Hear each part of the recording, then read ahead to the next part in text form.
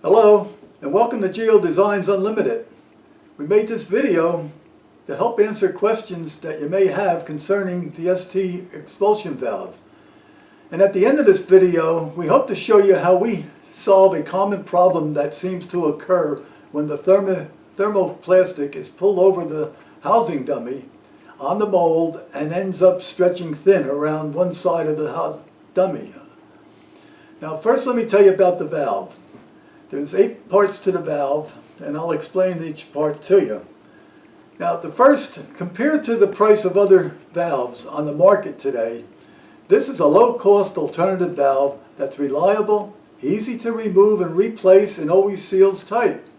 Now one of the reasons why it seals so easily and tight is that it has around the housing, it has a flat surface, which gives you a greater area for sealing.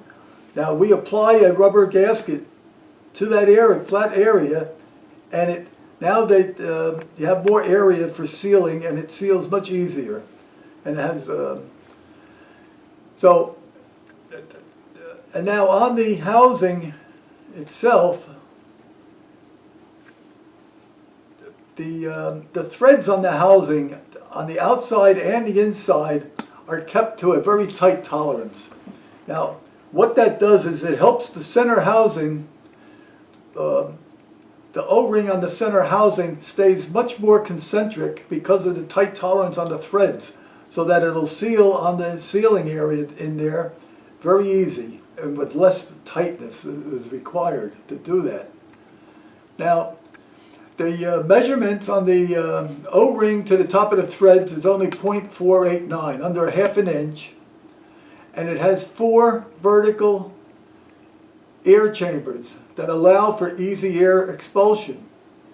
All the edges are rounded and smooth, and the manual expulsion, the center housing has a manual expulsion push button that allows the air to be expelled.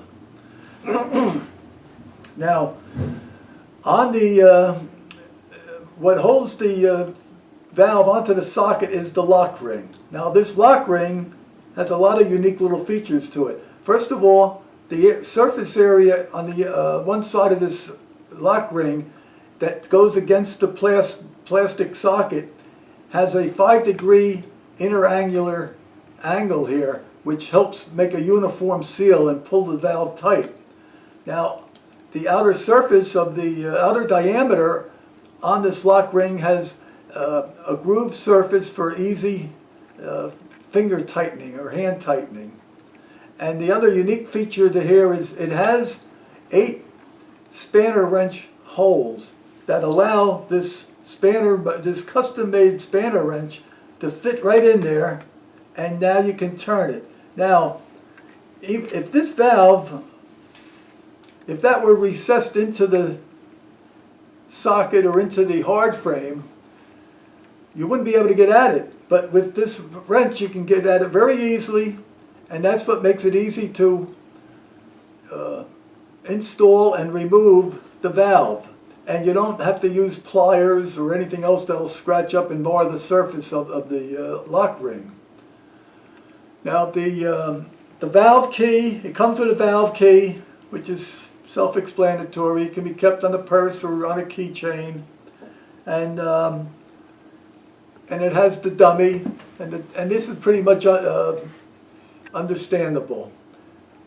Now the weight of the valve is 3/4 of an ounce, or 0.75 ounces, and it comes in black or white, so you have a choice of colors.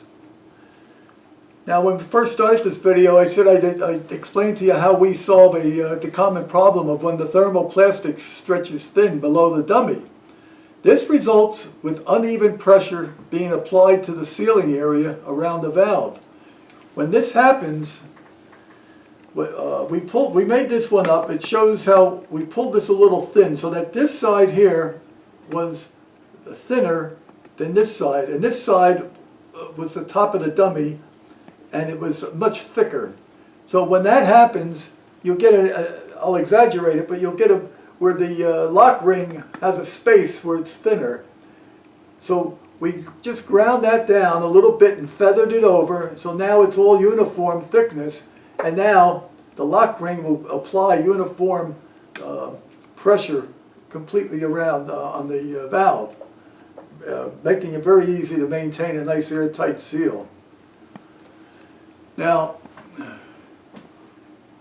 we also have this explained in detail on our housing sheet that comes with the valve, and explains this and shows more pictures of it in detail.